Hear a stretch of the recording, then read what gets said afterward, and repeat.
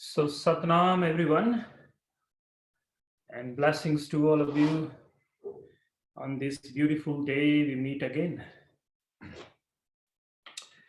with the alignment of the stars and with the alignment of the sacred rivers and with the alignment of the mountains and the sacred trees. It's my privilege and my blessings to be with you today and spend sacred space with you. There are three spaces. One is called the sensitive space. Sensitive space. One is called the sensory space. So sensitive space, sensory space. And then you have the sacred space. The sensitive space you can only open to yourself when you connect with yourself, your sensitivity. And sensory space when you connect with your species only. And then the sacred space when you can connect with totality, with the totality. So with the grace of the Guru, today we're going to sit and we're going to connect with the totality, invoking the sacred trees. Important. This is very important. Meditation is not just sitting, closing eyes and going in, because if you are inside, many a times when we meditate, we are told to go in. If you are inside, then who is outside? Because there is only one consciousness. There is only one consciousness. If the consciousness is inside you, then who is outside? When you see the self, when you see the self, when I say the self, it's the pure self without your story. When you see the self outside, that is called Brahmanda. When you see the self outside, that is called Brahmanda. And when you see the self inside, is called Pinda. Brahmanda and Pinda. That's the other way to pronounce it. Brahmanda, when you see yourself outside, Brahmanda. And when you see yourself only inside, is called Pinda. And the sutra says, Jo Brahmanda, Soi Pinda. I repeat, it's a beautiful sutra. Jo Brahmanda, Soi Pinda. Jo Khoja, So Pava. Sutra, beautiful. It says, whatever is there outside is inside. And whatever is inside is also outside. And the one who unites the both, he experiences the divine. So before we go in, we have to recognize our extended self. When you are without your story, you are one with the trees. When you are without your story, you are one with the stars. So before you go into meditation, don't just go in, because you are not just inside, you are also outside. So the recognition of what is outside, that imprints into what is inside, then the duality of outside and inside dissolves. Shiva and Shakti becomes one. It's very simple. So before we tune in, before we dive into our meditation today, I humbly request, let's invoke the stars. Hands in the center of the chest. Hands in the center of the chest. This is called the Anjali Mudra. Anjali Mudra, which means the flower mudra. Flower mudra, hands in the center of the chest. And today is also the appearance day of the ninth Guru, Sri Guru Tegh Bahadur. He is known as the holder of the gifts, the treasures of life. And today we will be diving into some of the treasures. So let's bring our hands in the center of the chest on this beautiful day, on the appearance day of the ninth Guru. And eyes very slowly you have to close, but before you close your eyes, listen to these instructions. I mentioned last week, your eyeballs must not move, because when the eyes moves, mind moves. And when the mind moves, the world moves. So whatever movement, the wheel of karma, the wheel of samsara, have you ever wondered, where is the wheel of samsara? The wheel of samsara is the eyes. In the English language, you call these windows of the soul. And, these windows can only be opened if they are still. If the window is moving, you can't hold and you can't open it. So the windows of the soul, the wheel of samsara is actually the movement of the eye. The left eye is time, and the right eye is space. And when the eyes are open, you are in the realm of time and space, the two, duality, dvesha, raga and dvesha, dukkha and sukha, dukkha, sukha, the two wheels of the samsara. Sukha are patterns that you like, and you want more of that. And dukkha is the pattern that you want to repel. So your whole life is just based on two wheels, dukkha and sukha, raga and dvesha. And because of these, there is duality in life. Constantly there's a chattering. And all this is happening because your eyes are moving. And along the movement of the eye, the blinking of the eye, a newborn child never blinks, never blinks. The first blink that happens in a newborn child, that starts the pattern of dukkha and sukha. Wheel of samsara starts when you blink your first eye. And the wheel of samsara in this pinda, in this body, ends when you shut your eyes. When the eyes, that's why in the yogic teachings, we close the eye. The reason for that is to stop the raga and the dvesha, to disconnect with time and space, which is the realm of kal. I'm going slow. So left eye, time, right eye, space. I'm giving you the signs. And when the eyes are open and when they are moving, you are trapped in the realm of time and space, raga and dvesha, dukkha and sukha, right and wrong, hell and heaven, and all this polarity of life. Now, this is known as kal. Kal. This whole realm is kal. And the sutra is Kal Pai Brahma Bapatara, Kal Pai Shivju Avatara, Kal Pai Karbisan Prakasa, Sakal Kal Kaki Artamasha. The whole realm is the play of duality.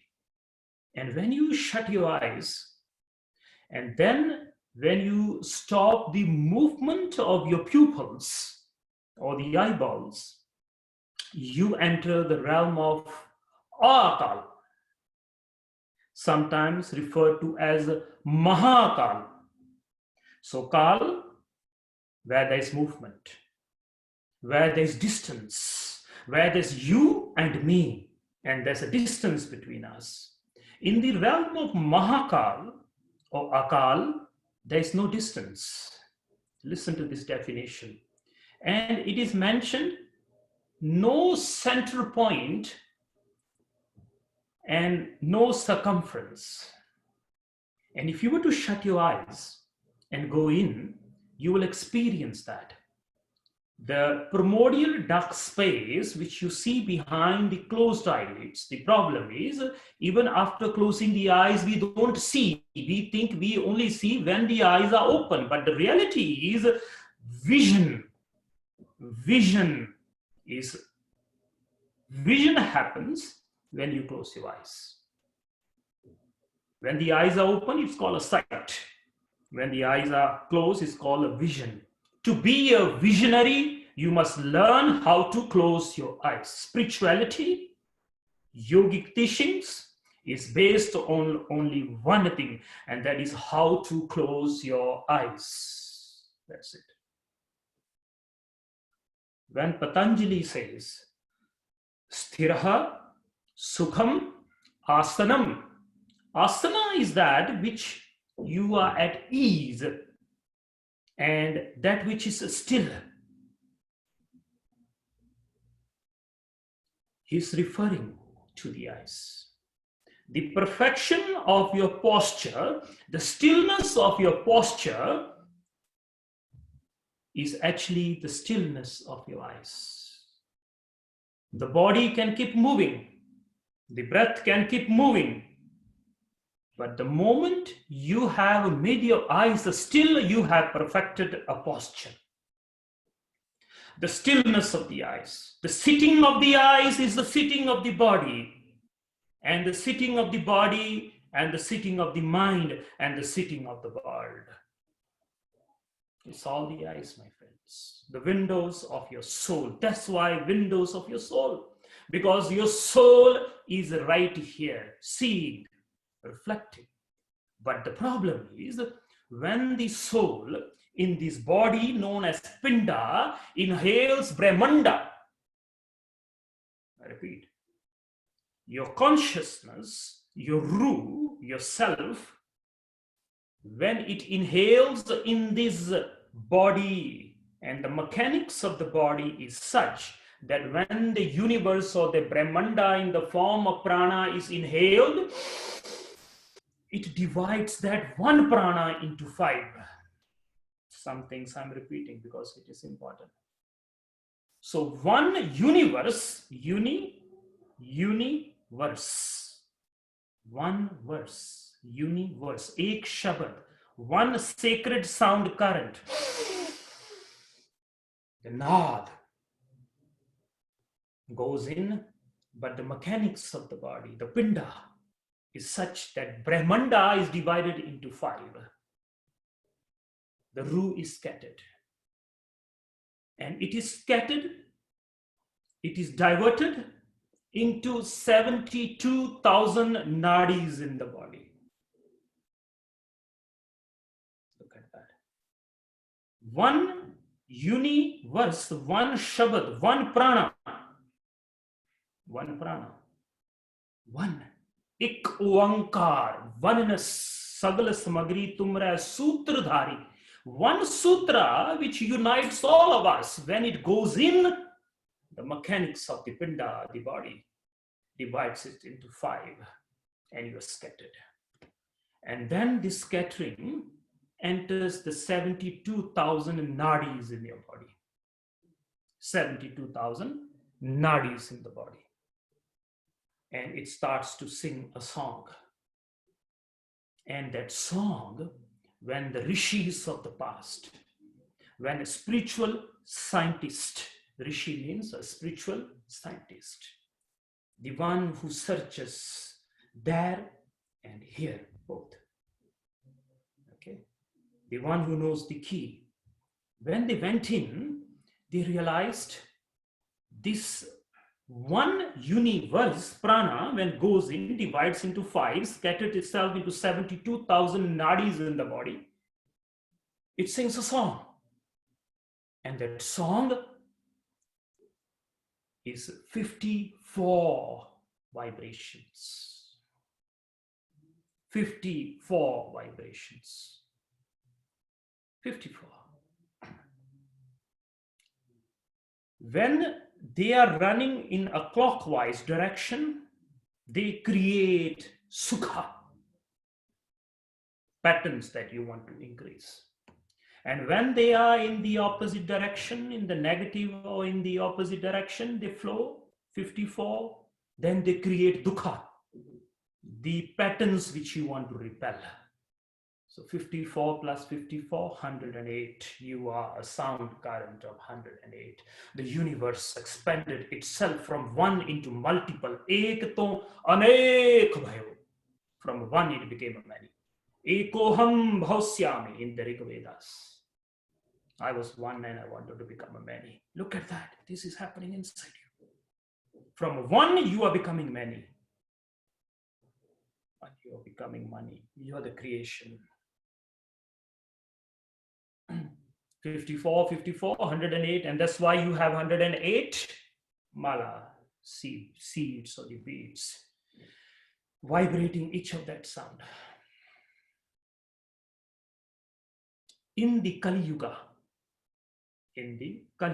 the dark age, my friends, we are slowly diving in. We will do a practice. I know some of you are into practice, but before we practice, we must understand this is the lineage, the teachings of the lineage. You won't find this in books. This is given down in a transmission known as Sina Basina, which means tearing of the heart. And then you pour it into somebody's heart. Sina Basina. Sina is when you tear this. And then you tear somebody's heart. And then a transmission happens. This is how the wisdom is received. Tearing of the heart, it is called. Breaking the heart.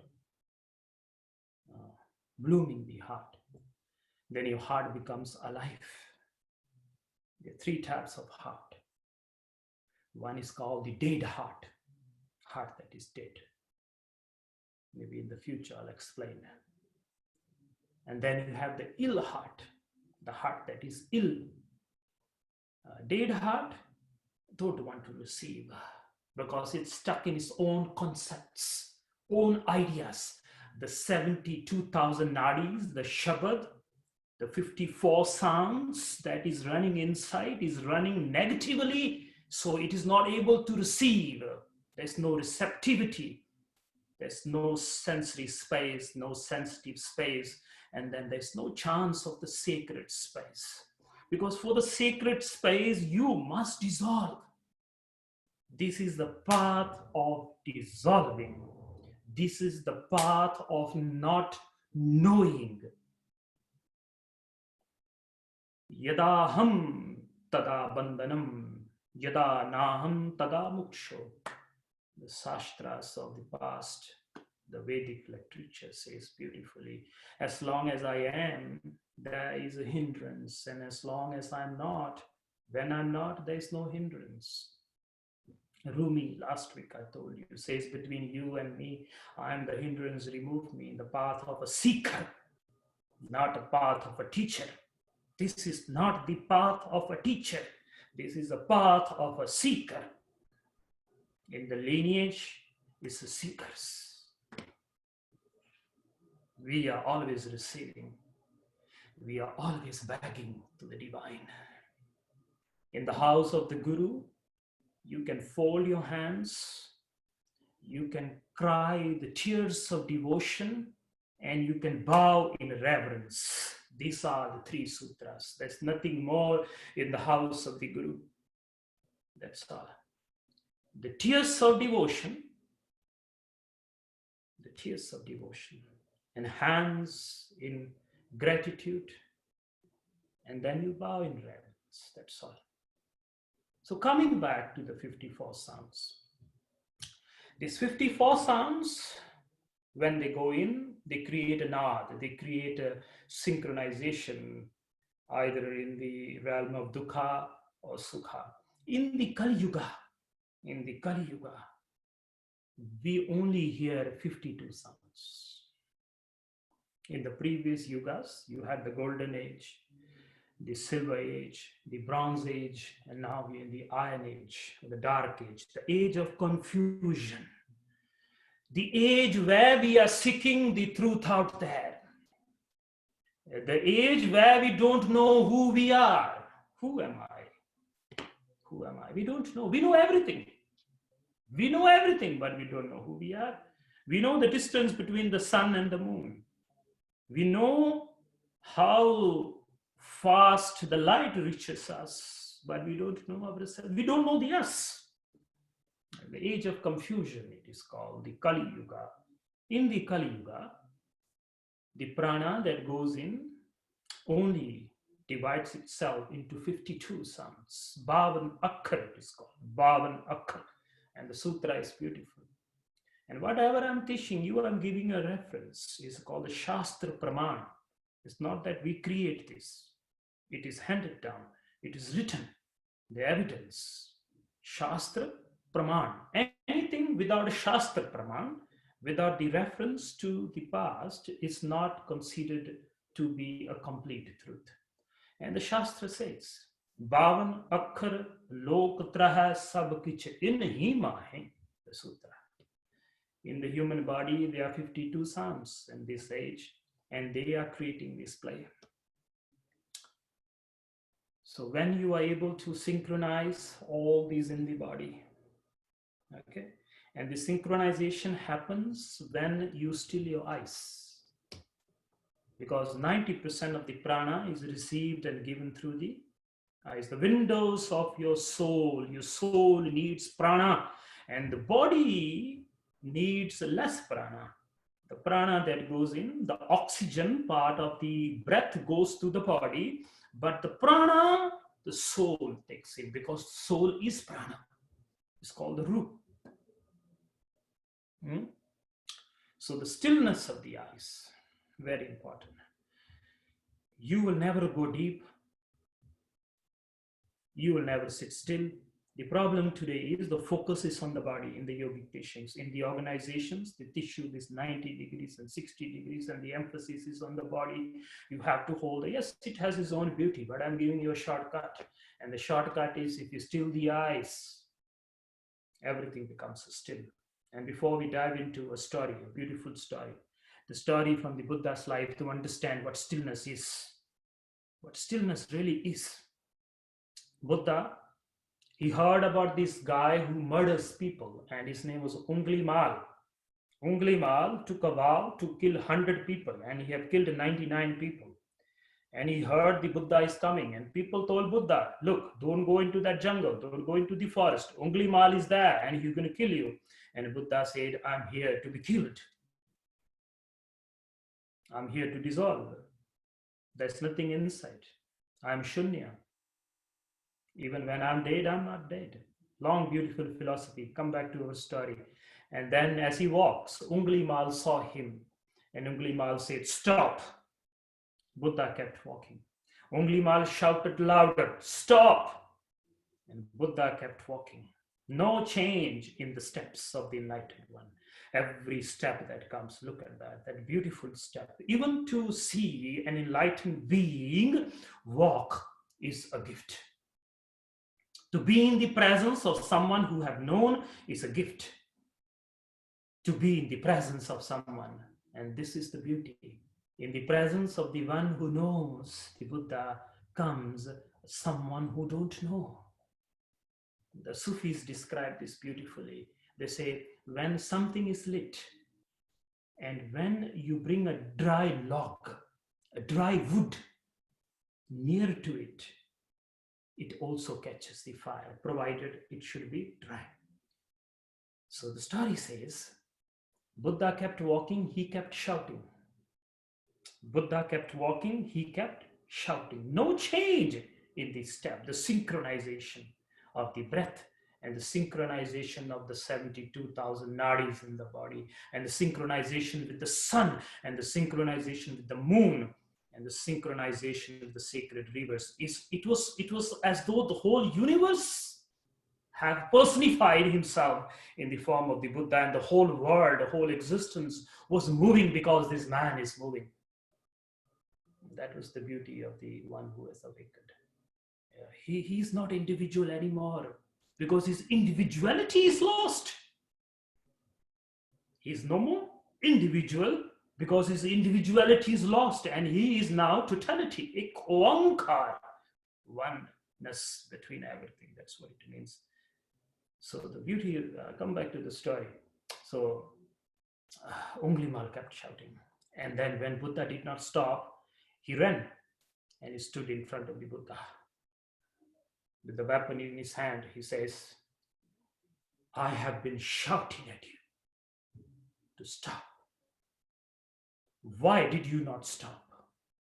With the weapon in his hand. And the body was moving, and the eyes was moving, and the breath was moving. All not synchronized with anything. It's called confusion. Totally unaware. In the mind, not in awareness. Not in vipassana. Vipassana, the path of the Buddha. Vipyasana. Vipassana comes from Sanskrit.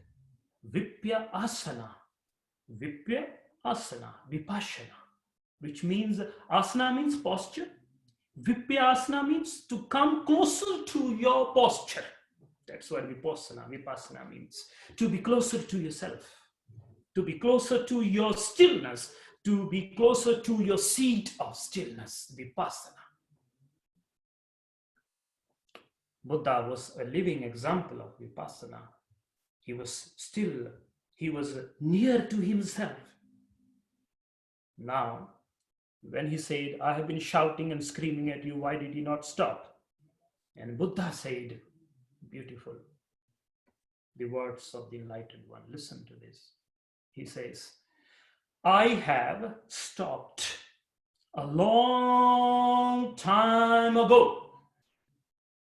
I have stopped a long time ago. And he said the third time. Remember last week I told you, truth is always given in 3 times. He said, I have stopped a long time ago. The day I sat under the Bodhi tree, I have been sitting since then. My body is moving, my breath is moving, but something has set. And when he saw the stillness of the Buddha, this is what I mean. The stillness of your posture, despite moving, despite running, something in you sits. It means a yogi have perfected his posture. Sthiraha sukham asanam. Asana is that which you are at ease. So that easiness comes, my friends, when the eyes are still. How I wish I could give you this, these secrets, these simple things. And that is the aim of these sessions that we are doing. And thanks to coronavirus, this is happening. And we are able to sit. And in each of these sessions, I will be giving you some of these very important tools to help you in meditation as we go on. And today is not the last session. We still have more sessions coming up. So next Sunday, we will be joining you in the same exactly, but the time has changed to, Devi Karan towards the end will be able to share with you the exact timings. And if you have signed up, usually you will receive the newsletter. So next Sunday, and then the following Wednesday, that's the next 2 sessions. And let's see how it goes. But the aim is to teach you simple truths and simple technology, and giving you the signs of what we are doing. It's not just moving hands and moving breath. There's a whole yogic explanation to everything that we are doing. So the first step is the stillness of the eyes. And when the eyes are still, okay, when the eyes are still, now this is very important. When the eyes are closed and then you have stopped the movement of the eyeballs, you have to look behind the closed eyelids. And again, the ancient sages, the sages of the past, beautifully they mentioned, everything I give you, as I mentioned, I give you a reference. Rumi says, behind the closed eyelids, behind the darkness of my closed eyelids, behind the darkness of my closed eyelids, I saw my beloved. I saw my beloved. Beloved is seen when the eyes are closed. Beloved, divine, is only seen when the eyes are closed. because the windows of the soul opens when these two windows close. Behind the darkness, and another very beautiful point, he says darkness, darkness, primordial dark matter.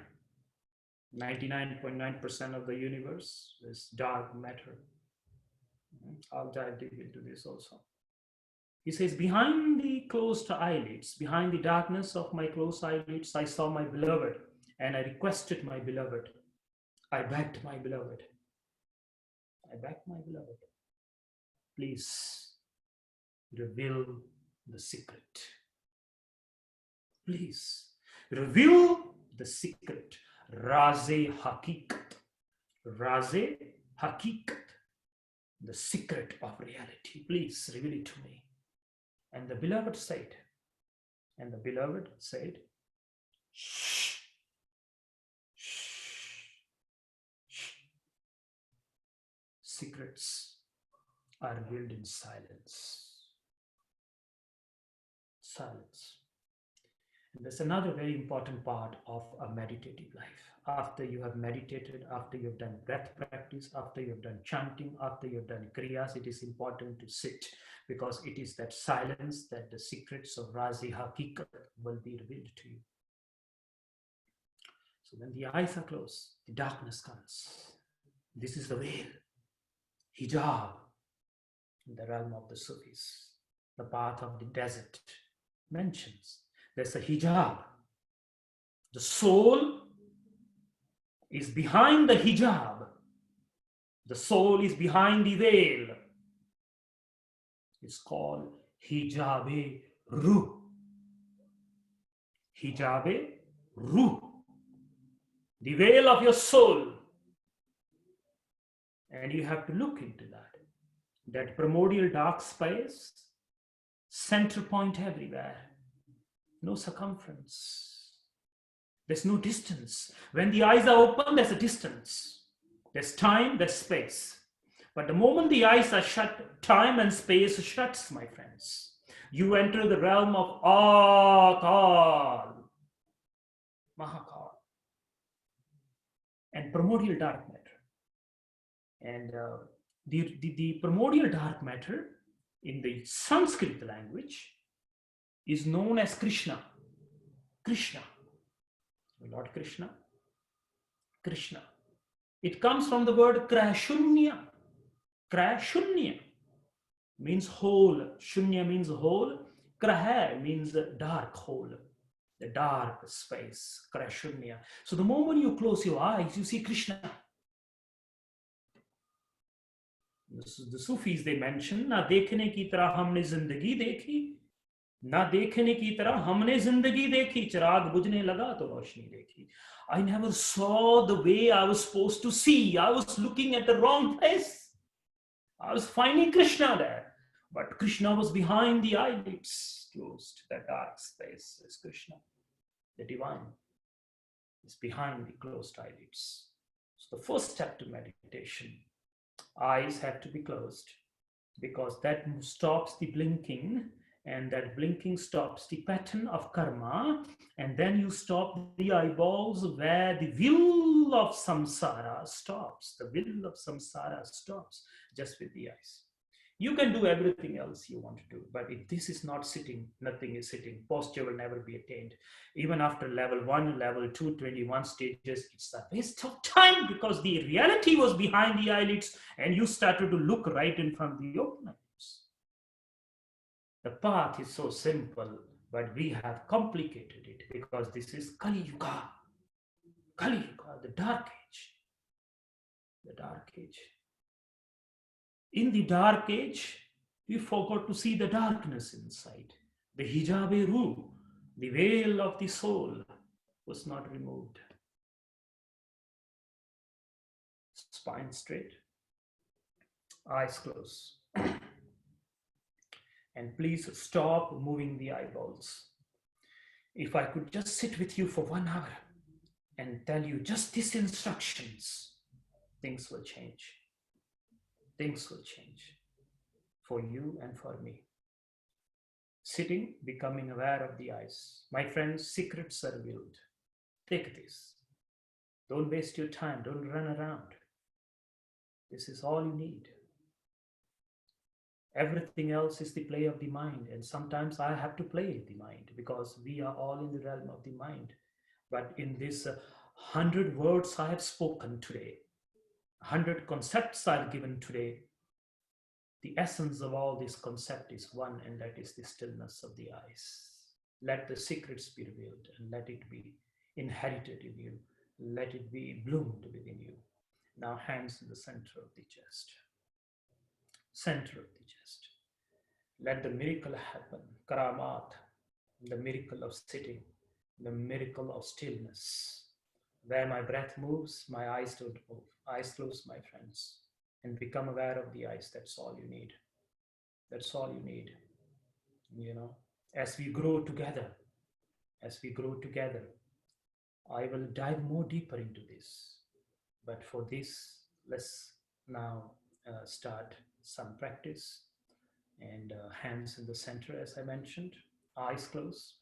Stop moving the eyeballs, the pupils. Beautiful. Hands in the center of the chest. As I mentioned, in the house of the Guru, you can only bow, you can only fold your hands, and you can only cry tears of joy, tears of devotion. So make sure you go into that. Please go into that. Open up your sacred space. Open up your sacred space.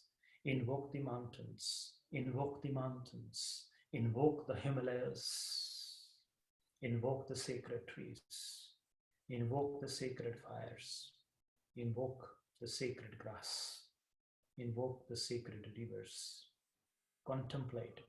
Become less. And allow the universe to become more. This is called being pregnant with the consciousness. This is called being pregnant with the universe. When you start receiving this in your consciousness, you become pregnant with the divine.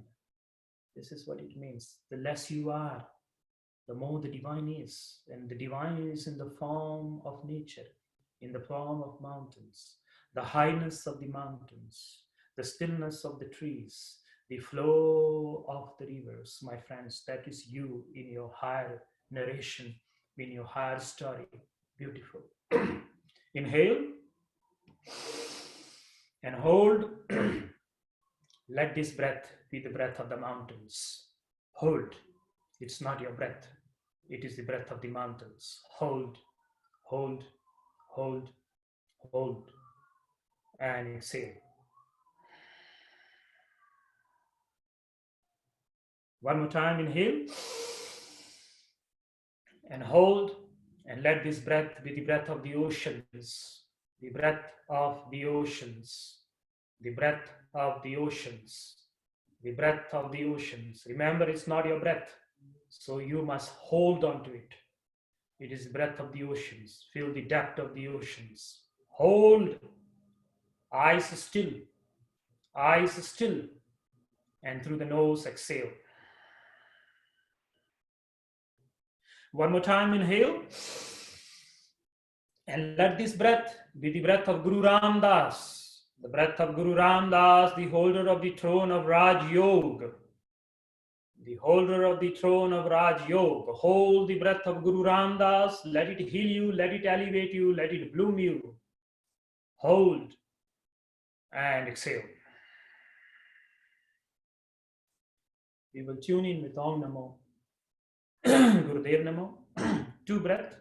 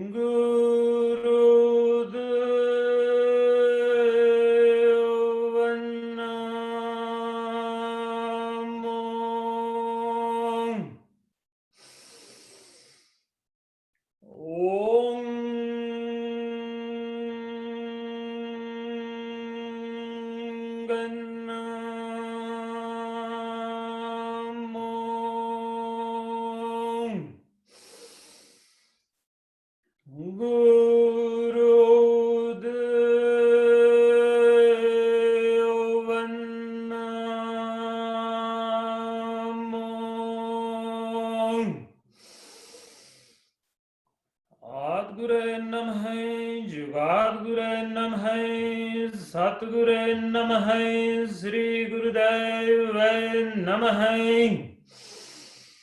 Adguru Namaha, Jagadguru Namaha, Satguru Namaha, Sri Gurudeva Namaha,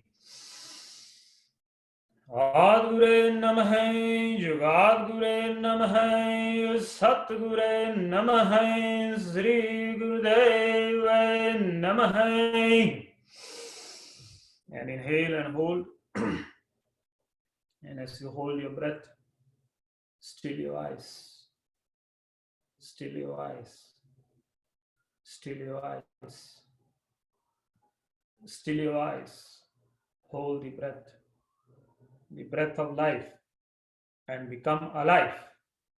Hold the breath of life and become alive. Hold, hold. And through the nose, exhale. One more time, inhale. And as you hold the breath of life, feel the aliveness that it brings along with it.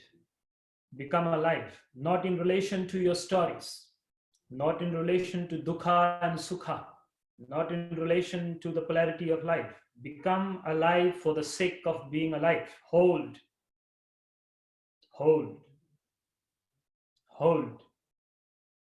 Exhale. One more time, last time, inhale. And as you hold your breath, become alive. Feel the vibrations, sensations in the body. Something start to dance. As you hold the breath, there are sensations in the body. Sensitive space opens up. Sensitive space opens up. Sensitive space opens up. The pulsations in the body, the songs in the body starts to manifest as you hold the ruh, the soul within yourself. Hold, hold, hold. Become alive. Feel the aliveness. Feel the aliveness. Feel the aliveness. For medical reasons, you can relax. If not, hold, hold. Eyes closed and still the eye, still the eye, still the eye. Hold the breath, hold the breath. Become sensations. Become aware of the sensations. Feel the pulsations, the 52 sounds in the body. Hold, hold, sensations, vibrations. Something starts to change as you hold the ruh, as you hold the soul, and as you become soulful and hold, hold, hold, hold, hold, hold. Fullness of the soul, fullness of the ruh, fullness of the breath, fullness of the prana, the universe becoming multiple as it enters you in the form of sensations, pulsations. Hold and exhale.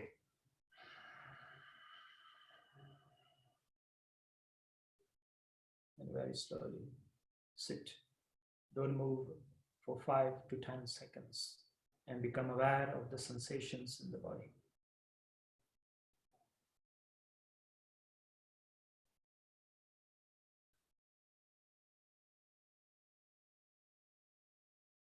And very slowly open your eyes. Satnam. Having tuned in and bringing the stillness, today it's my privilege to share with you a small meditation. And this is a beautiful meditation. Again, this, whatever I share with you, this approach that we are doing, it has nothing to do with KRI, nothing to do with 3HO. These are the teachings of the lineage as handed down in the master teacher, the teacher student relationship that comes on from Sina Basina. So these are not kriyas of KRI or 3HO. And if you're sharing any of these concepts and any of these ideas and any of this approach and any of these kriyas, it's a humble request that you recognize where you receive it from, because then it blooms. So these are the teachings of Yogi Amandeep. I repeat, these are the teachings of Yogi Amandeep. And for the third time, these are the teachings of Yogi Amandeep. A humble request to mention this very clearly. So today's Kriya, as I mentioned last week, which was supposed to be given to you last week, but the universe has its own way, its own beauty, and we float with the beauty. And today, the universe flowing again in its beauty wants me to share this with you. It's a beautiful, powerful, simple Kriya, and complicated, yet not complicated. And the duality of two has merged into one. So, hands will be folded. It is preferred that you sit cross-legged, easy pose, it is called. If you can sit in Padmasana, that's beautiful. If you can sit in Ardha Padmasana, that's also very beautiful. As long as your legs are crossed, because it is important. The moment the legs are crossed, automatically the apana is balanced in the body. Remember the one rule, the universe, one sacred sound, one universe enters you, becomes multiple. And the first multiple, the five prana, prana, apana, smana, udayana, vyana, and then your story starts. Now, and they are imbalanced all the time, and that's why your emotions are imbalanced. You don't have emotions, your thoughts, all this is not you. You are nothing but the movement of the five pranas. When the five pranas are balanced, you are balanced. When the five pranas are not balanced, you are not balanced. It's nothing to do with your thoughts. Again, in the modern world, we are seeking somewhere else. We are digging somewhere else. We are finding solutions somewhere else. The solution is within the breath, because all questions come with the breath. All the answers have to be in the breath, not here. Here, nothing, just information, just information. Wisdom is in the breath. So the breath goes in, divides itself into five, and the segmentation happens, and you get into the imprints of karma, dukkha and sukha, as I mentioned. And so when you are in specific postures, when you hold your body in a certain way, when the eyes are still in a certain way, when the tongue is pressed in a certain way, and when the locks in the body are in a certain way, the balance of the five prana happens. And when the five pranas are balanced, mind is balanced. And when the mind is balanced, the world is balanced, although it may be imbalanced outside. But inside you, it is balanced. From your perspective, it is balanced. From others' perspective, it may be imbalanced. That we can't change. From your perspective, it is balanced. So when you cross your legs, the moment you cross them, automatically the apana vayu balances itself. The crossing of the leg. Even when you're eating, it is not right to hang the legs. I know we are used to sit on tables and chairs, and sometimes we have no choice.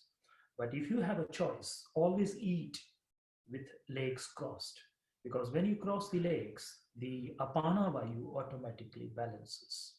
And some of us, after eating food, we have a lot of wind in the body. And the reason for that is because your apana vayu is not balanced. And the apana vayu is balanced when you cross the legs. The nature, the divine created the human body. And there's this point you can fold. And that folding has a meaning. And there are not three folds in your legs. There's only one fold. And that's also a reason behind it. So the one fold, you have to fold it. The moment the legs are crossed, folded, we call it the easy pose, easy pose, if you can, at least.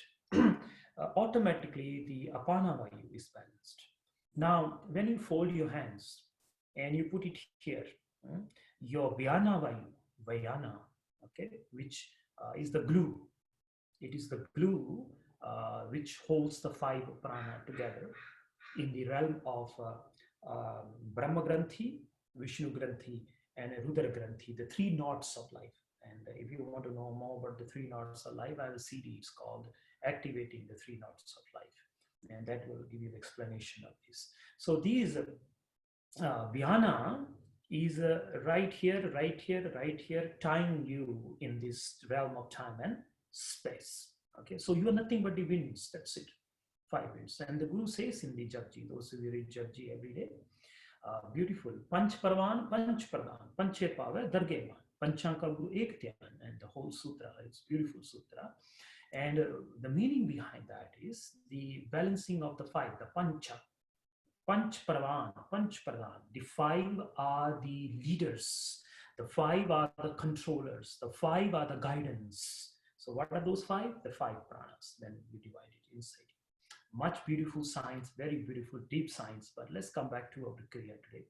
So as you cross your legs, automatically Dhyana Vayu, and when you fold your hands is Apana Vayu, right here. So the Dhyana Vayu balances. Now, when you bring your hands above the head and you fold your hands, okay? When you fold your hands above the head, automatically the Prana Vayu, which comes in and immediately scatters itself into five. Immediately scatters itself into the five. That apana vayu, okay, which scatters itself in the mechanics of the pinda of the human body, the moment the hand goes up, it is directed upwards. And the whole idea of searching God up there actually came from here. The moment you fold your hands, it's beautiful because the hand's an extension of the heart. Hands, extension of the heart. When the hands move, heart moves, right? So when the hands go above the head, the duality, which is the two hands in the realm of the heart, okay? You know, you love me not, you love me not, that flower, that is the duality of the heart. So you throw the flower away because there's nothing but love. And you bring your hands above the head. The moment you bring the hands above the head, the prana automatically starts to rise upwards. And because prana, from it, the five elements come, the prana, the ru is in the prana. And when the hands goes up, the heart, okay, automatically is lifted. It engulfs, it wraps the head. The hand goes up, it wraps the head. And the heart becomes higher than the head. A miracle happens, that's it. Miracle happens when the heart is raised above the head. So hands goes up and you fold your hands in the prayer pose. Automatically apana vayu starts to travel upwards instead of going downwards and coming from here into here and then scattering itself into the five segments. It is now being raised up. It's now being raised up. And the search for something high up in the skies come from these only, because when the prana is raised, consciousness is raised, but it's not there. It is right here in you only, your extended field, your auric field. So the hands goes up above the head and as close as you can, the ears, okay, right here. And the neck, okay, neck comes down here. So the chin touches this place here. Now this point here is very important. This point is the seat of Vyana Vayu. It's not just here or here, as I mentioned, the different specific points in the body, much deeper science. I'm just giving you the essence of it. So this is where Vyana sits. The Vyana, again, which is the gluing prana, or the gluing factor which glues you in time and space. This is the last Vayu, or the last wind in the body to leave you when you die. Okay, when you die, this is the last wind that leaves the body.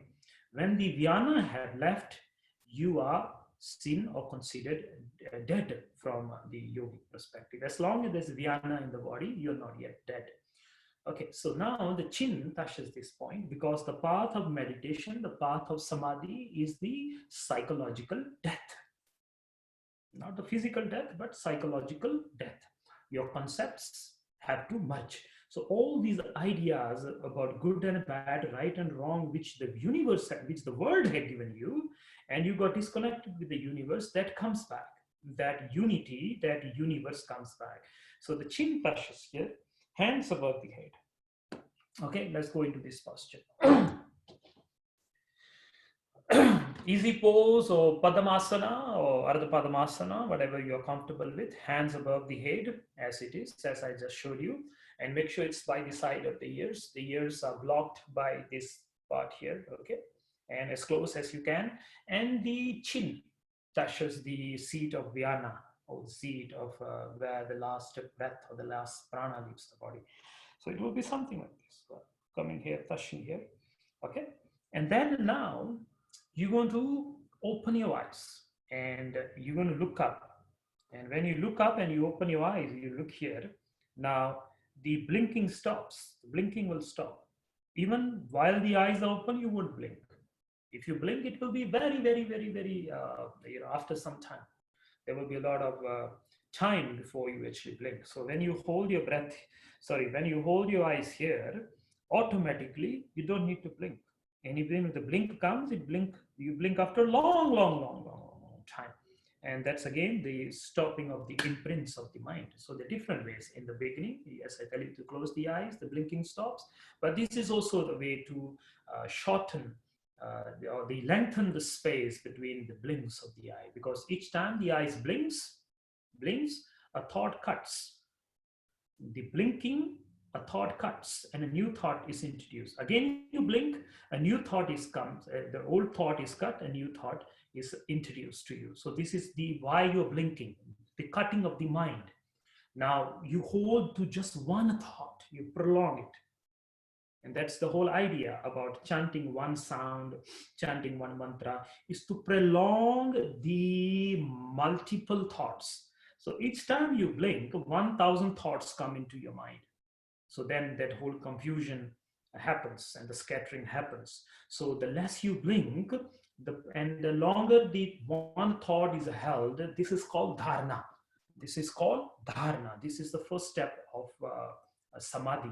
So dharana, then comes dhyana, and then comes the samadhi. In the future, I'll teach you what dhyana is. So now we just work on the dharana. So dharana, you become aware of this point. So as you bring the eyebrows down, you will see a tip. There's a tip here. It creates a tip. And this is the Himalayas mountain upside down. This is the Himalayas mountain upside down. Or we call it Mount Kailash. So this is Kailash. In the yogic reference, the exact name is Kailash, which is part of the Himalayan range. And although we in the modern world see Mount Everest as the highest mountain, but energetically, the pillar or that the stillness due to which the entire existence is moving is because of Mount Kailash. So this is the Mount Kailash upside down, because we are living in an upside down world. When you are enlightened, you're living in the other way, and that is the right world. So now we are still living in the upward, downward, head downward. So we are seeing Mount Kailash downward. So when we are enlightened, it will be seen as upward. And how does that look like? When you're enlightened, you will know. So now bring this down like that, and eyes are rolled up. Okay, rolled up, and you look here. Okay, so now hands above the head as it is, and the chin is touching the chest, and then you will see the tip of the Mount Kailash. Now, medical reasons, if you can't do this, is totally fine. You can visualize this. That's another beautiful thing. Any of these kriyas that I'm teaching you and I'm sharing with you, for medical reasons you can't do, is totally fine. And I know it's 1 hour session, but as usual, we always go beyond the time. So I'll spend some extra time with you, because I promised you and I must give you this kriya this week. Okay, so hands above the head now as it is, and then eyes open, look up here, and then you see the tip of the Mount Kailash. Beautiful. Now make a O mouth. Last week I told you O mouth. I taught you O mouth, and those of you who did not join me last week, so we join us. If it's there on our YouTube channel, Making of a Yogi YouTube channel, and it's also there on my Facebook Live last week. So you can have connections with the whole science of how and why we breathe through the O mouth in specifically in this kriya today and last week. Okay, so make a O mouth and hands above the head and chin down and eyes open, look up, and O mouth, breath of fire. So it will look something like this.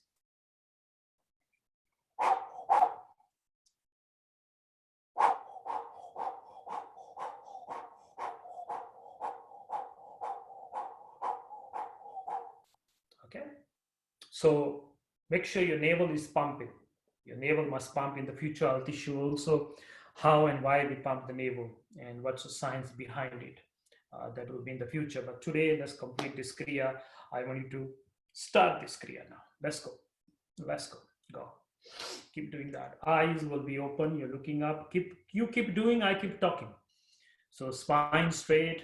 Okay, your chin touches the chest as closely as you can, and your hands above the head, as I just showed you in the prayer pose in the Anjali Mudra. Hands folded above the head, rising of the prana vayu, and then the apana vayu balanced. So prana and apana balance. Keep going, keep going. O mouth, breath of fire. And make sure the eyes are open, they're looking up, and the eyeballs are not moving. The eyelids are open, the eyeballs and the pupils are not moving. You keep doing, I keep talking. Keep up, keep up, keep up.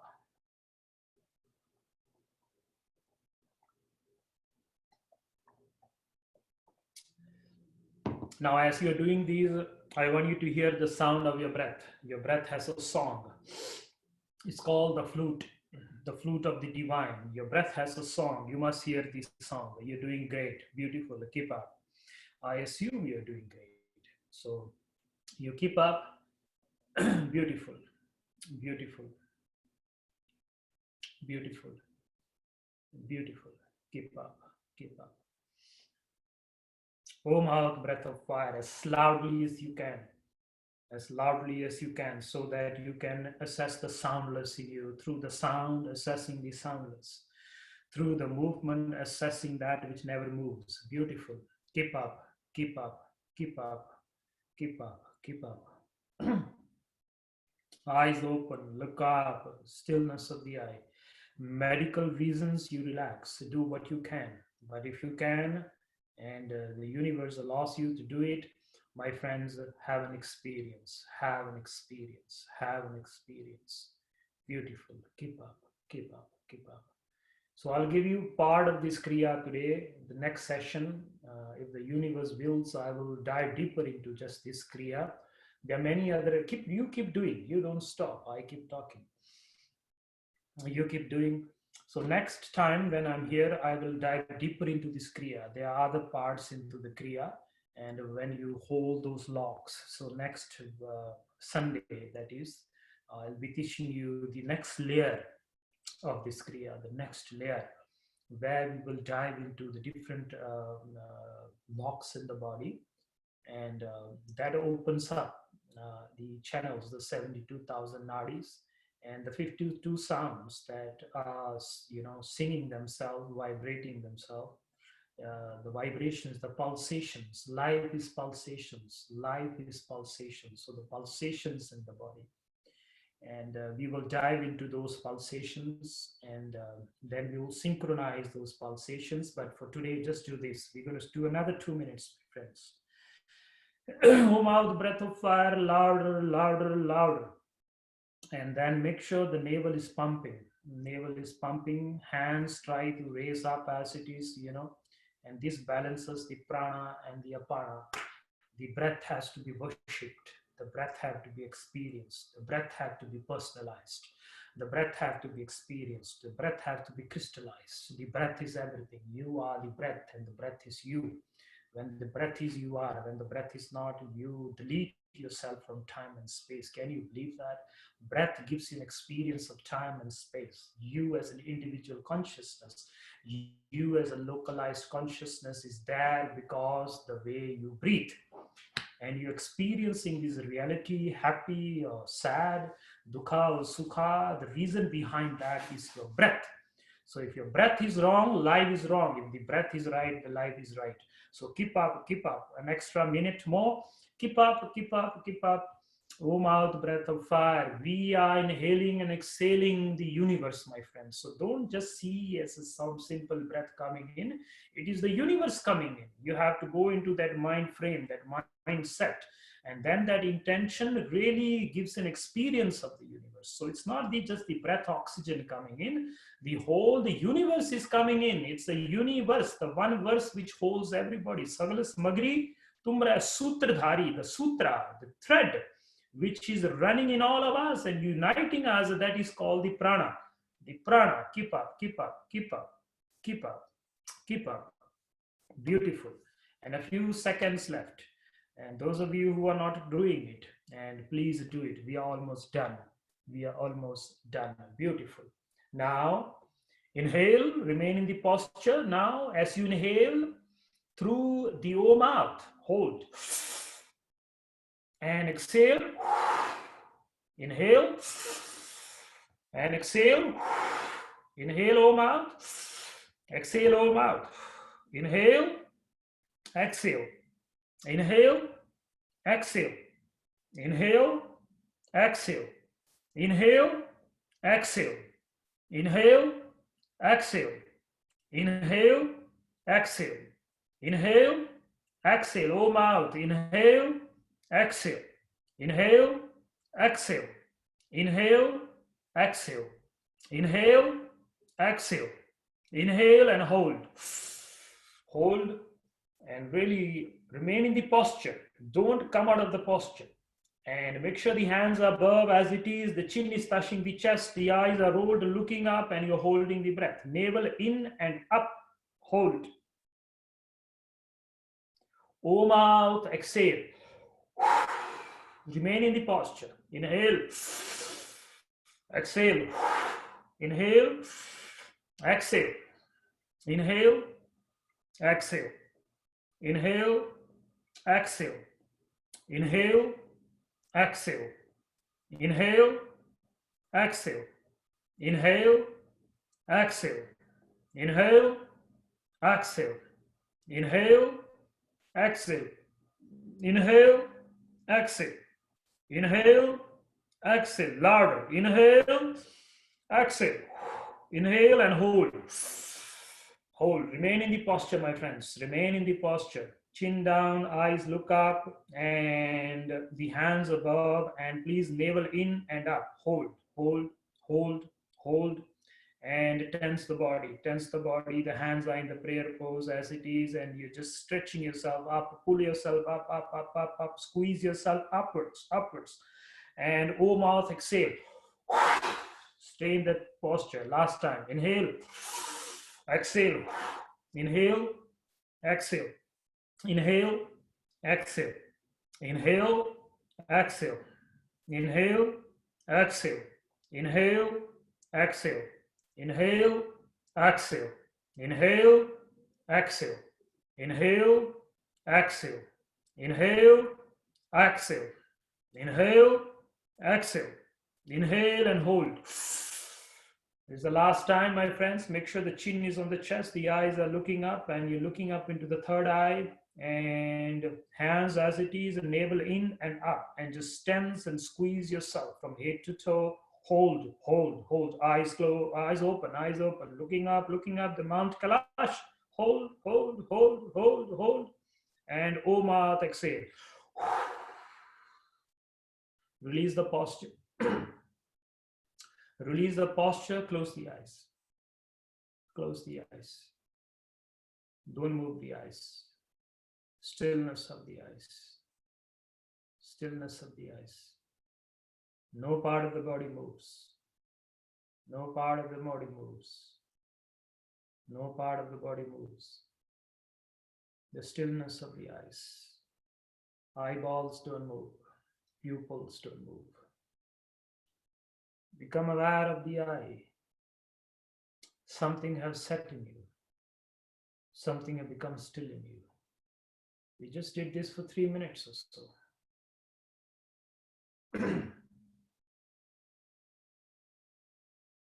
Hold. Let the breath come. Let the breath go. Don't move.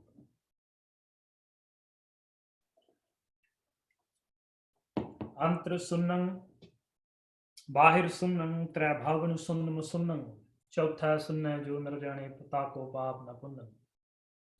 Inner silence, outer silence, the three realms, the past, present, and the future collapses into just one presence called no self.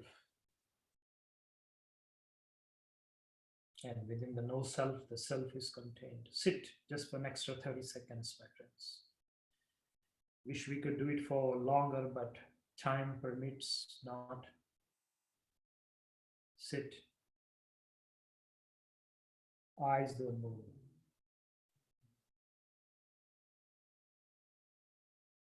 And with this realization, inhale through the nose and hold and hold, and let this breath be the breath of the mountains. Exhale. One more time, loudly through the nose. Inhale. And you hold your breath. Let this breath be the breath of the oceans. No locks, nothing. Just hold the breath, the do, the soul. Hold your soul, my friends. Become aware of your soul, which is your breath. Exhale. Last time, inhale. And hold, and let this breath be the breath of Guru Ram Das. Hold. Hold. Hold. And exhale. And very slowly open your eyes. So Satnam. Blessings to all of you. It's my privilege and my blessings through the guidance of Guru Ram Das and my beloved master to sit with you today and to share the Dharma with you. Those who shall receive, they shall practice, and those who don't receive, they can't practice. So the teachings as it is in the lineage. And if you have any question in relation to today's class, you can ask that question now. And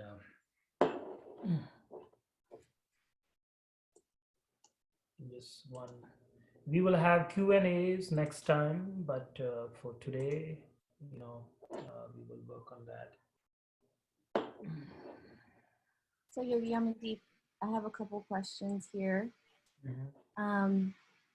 One person asked, if you can't fold the legs, for those with wind in body, what can be done? For medical reasons, if you can't fold your legs, medical reasons, for some reasons and all that, you can visualize yourself, you crossing the legs, because ultimately, because we are in the physical body, we have to start with the physical body. And for some reason, if part of that physical body does not allow you to be in that posture, then you visualize it. So before you sit, you can sit on your chair or sit whatever. But before you start your kriya, your intention, your chitta, which is more powerful than your physical body. Okay, so visualize that you are crossing your legs and put an intention for the next 30 minutes energetically. My energetic body, okay, not the physical body, the energetic body. Put an intention, because chitta is very powerful. Jahan chitta, tahan prana. Wherever chitta goes, prana goes. So the idea is to shift the prana. And you can use your chitta, your mind. You put an intention for the next 30 minutes. I have folded my energetic body's 2 legs. You can say this 3 times. And to make it more powerful, you inhale and you hold the prana, the root. Okay, and then you say, let my energetic body be sitting in lotus pose. Let my energetic body, mentally you're saying it, my energetic body sit in lotus pose. Let my energetic body sit in lotus pose 3 times. That's it. Put an intention. The more you use your intention, the more powerful it will become. Okay, so use the power of intention. Even behind the crossing of the legs, the idea is to shift the intention. So once you have entered into the realm of the energetic body, because we are in the physical body, we have to start with the physical body. But if you have entered, assessed, you have connected with the energetic body, then the physically whatever is happening, it doesn't even have any meaning anymore, because internally you are able to direct your energetic body. So I hope that answers your question. Beautiful. Next, please, if there's any. Yes, so a couple of questions about your hands were out of the shot when you brought them up. So a lot of questions about, do we cross the thumbs or are they just flat? What's the mudra? And then how long should we do this? Yeah, so like this, the right hand over the right thumb over the left thumb, if you want to be very specific. And the ladies will be the left hand over the left thumb over the right thumb. Again, that is, you want to be very specific. But again, it's more about the intention. So even if you do it like, does not matter. The idea is to put this above the head, and the whole shifting of awareness of the prana starts to channel itself. So the way you hold your body automatically balances the prana. For example, if you can hold your arms out like that, automatically, in a specific posture, and you sit for a few moments, again, the stillness of the eyes, the samana starts to balance itself. All this in the future. But yeah, so it's just simple as these. Even if you do it, these don't be too specific. When you reduce the teachings to just technique, when you reduce the wisdom to just techniques, then it loses its beauty. Then you get lost in, am I doing it right? Am I doing it wrong?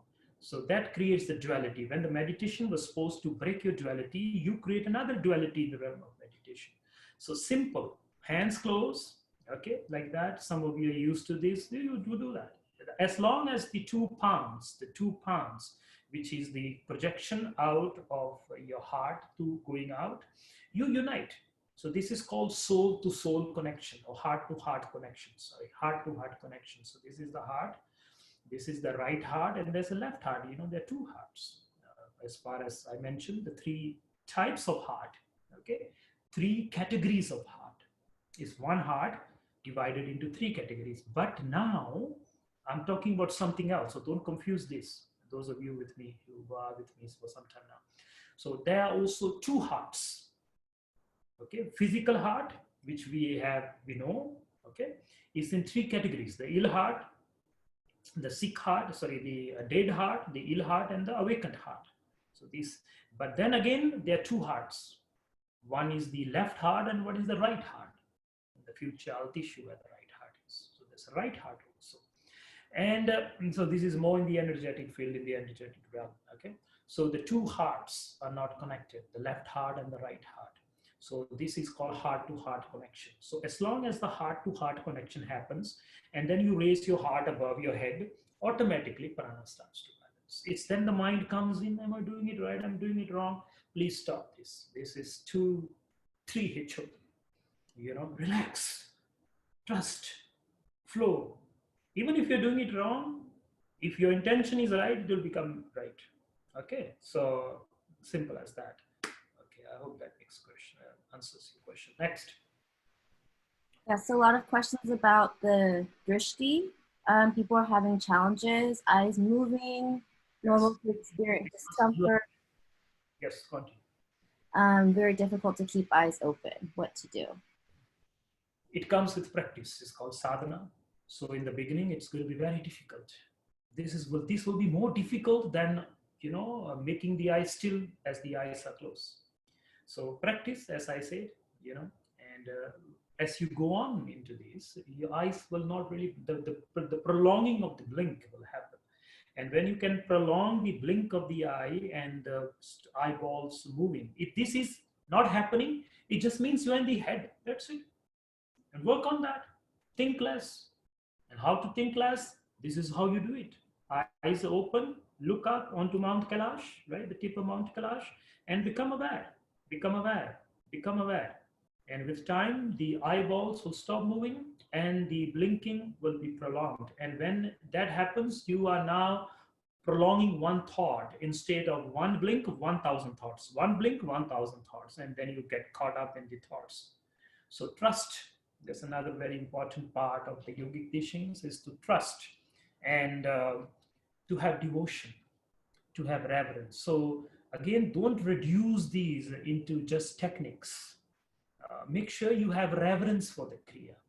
When you have reverence for the kriya takes over you.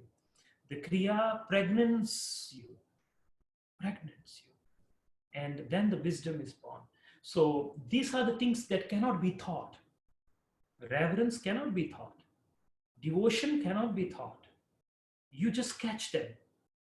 If you see somebody crying in devotion, you may not know it's devotion. You sit in the presence, you feel the same devotion, you start to cry, right? So these things are caught.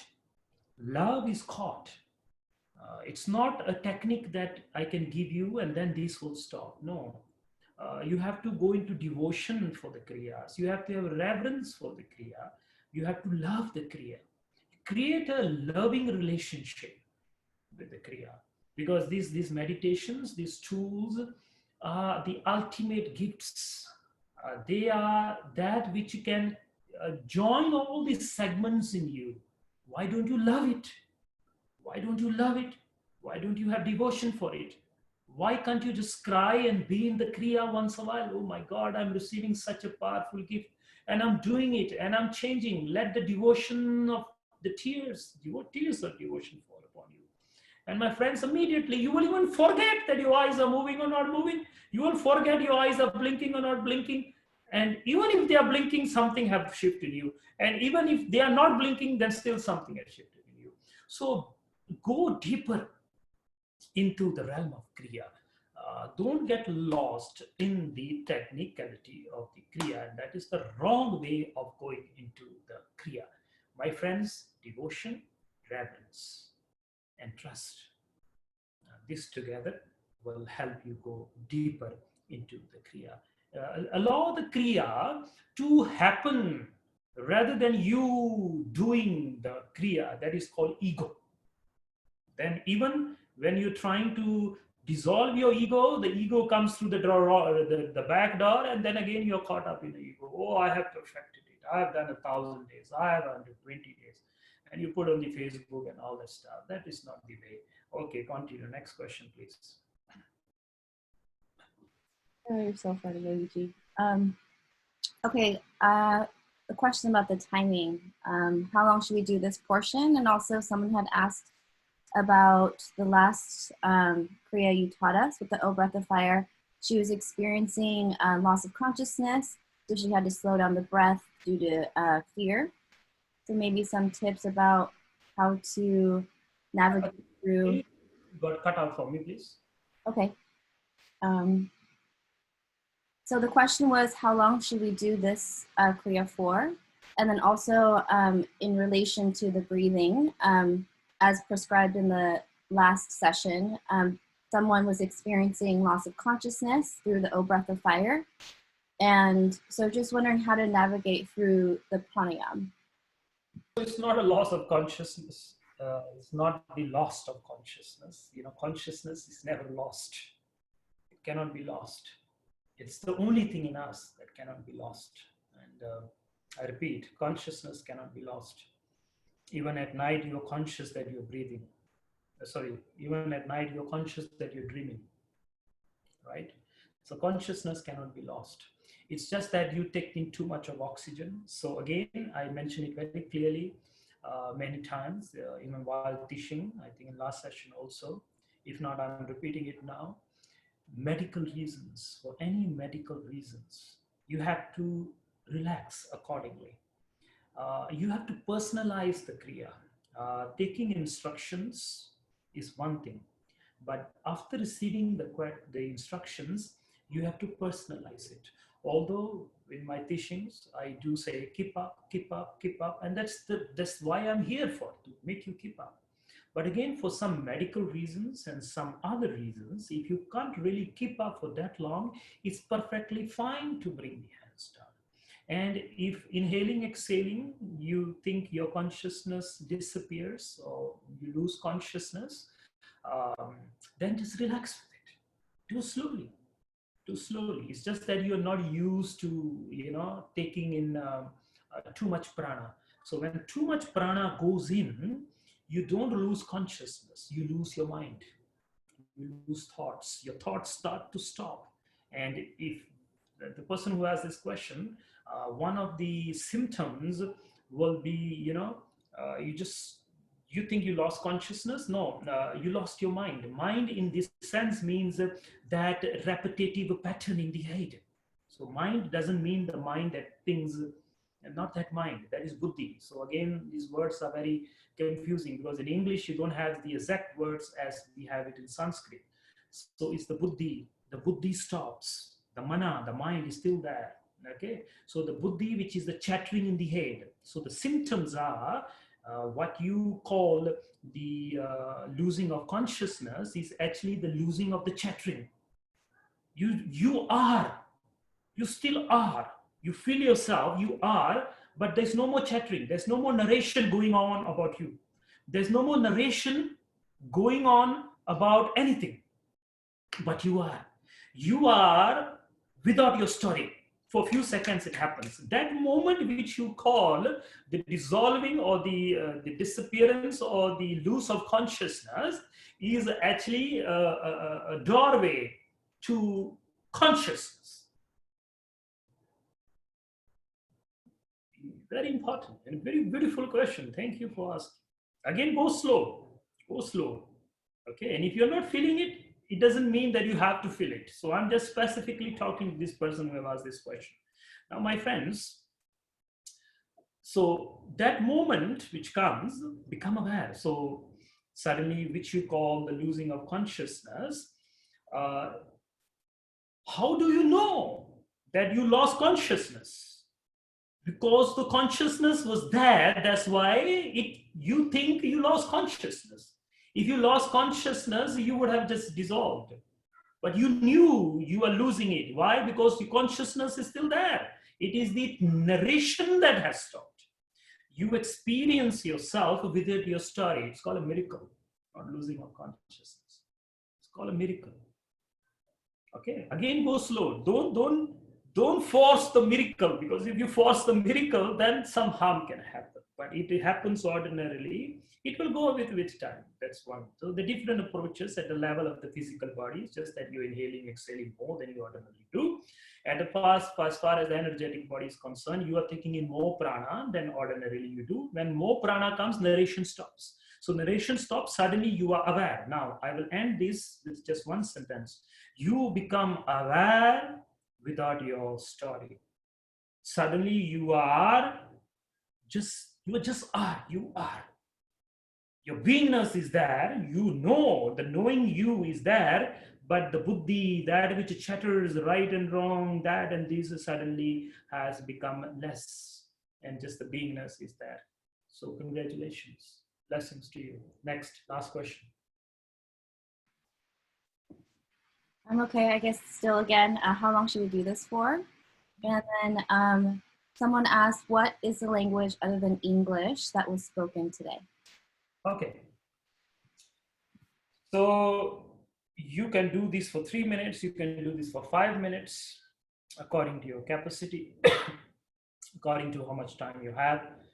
And maximum, I will advise you, don't do it more than 31 minutes, right? And in between rest, don't do continuously, you rest in between.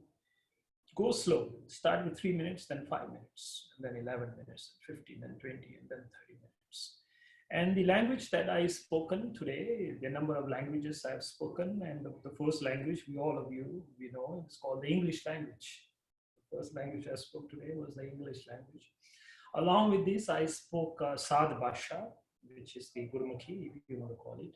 Then I also spoke Sanskrit. Then I also spoke Persian. So these are the languages that we spoke today. So yeah, so blessings to you. And maybe in the near future, if time permits, we will have more questions and anything that the universe wills. So blessings to you, and we will stay in touch. Next Sunday we have another class, and then the following Wednesday we have another class. The timings have changed, so it's 12 o'clock. And if you have not signed up, please sign up so that you will know. And yeah, and other than that, blessings to you, and left hands in the center of the chest, and spine straight, and eyes closed. Okay. May the long time sun shine upon you, all love surround you, and the pure light within you guide your way on, guide your way on, guide your way on. Long 3 seconds. Sat Nam.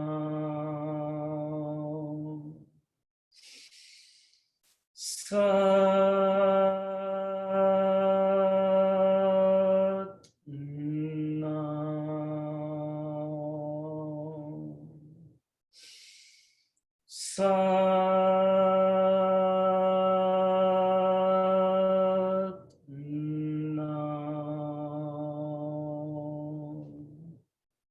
learn to be still.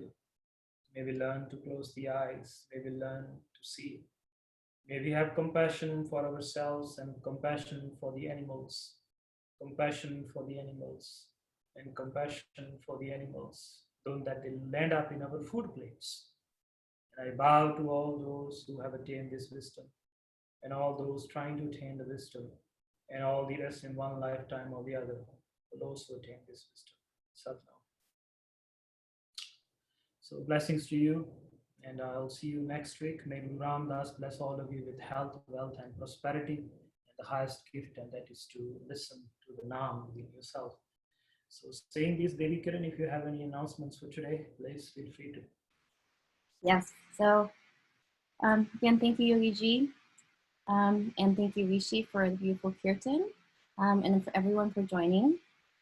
We'll be meeting again, as Yogi Ji said, this coming Sunday, the 19th. So we're skipping this Wednesday, but then we're meeting again the following Wednesday, the 22nd, and we're meeting an hour later, so 12 p.m. Pacific Standard Time. And with Guru Grace, we'll continue with some kirtan beforehand, about 15 minutes before. And then Yogi Ji offers spiritual counseling, which is available through Zoom or over the phone. Devi Kiran, I think you are muted. So can you unmute yourself? I'm not muted, but I'm going to mute you. Did Okay. you hear anything I said? I did hear you, yes. So it means you're not unmuted. Thank you. Okay. So spiritual counseling sessions, he provides beautiful guidance, as you have all sat through and know that it is quite valuable. That's available, and you can email support@makingofayogi.com for more information. There was also a little information about it on the emails you may have received for registering for this webinar. And then lastly, if you're in a place to make a contribution, PayPal @makingofayogi, which was also on the last email that was sent. Okay, I think that's it on my end. I'm going to throw it back to you, Yogi. Blessings to you, and I'll see you next Sunday. Satnam. Satnam.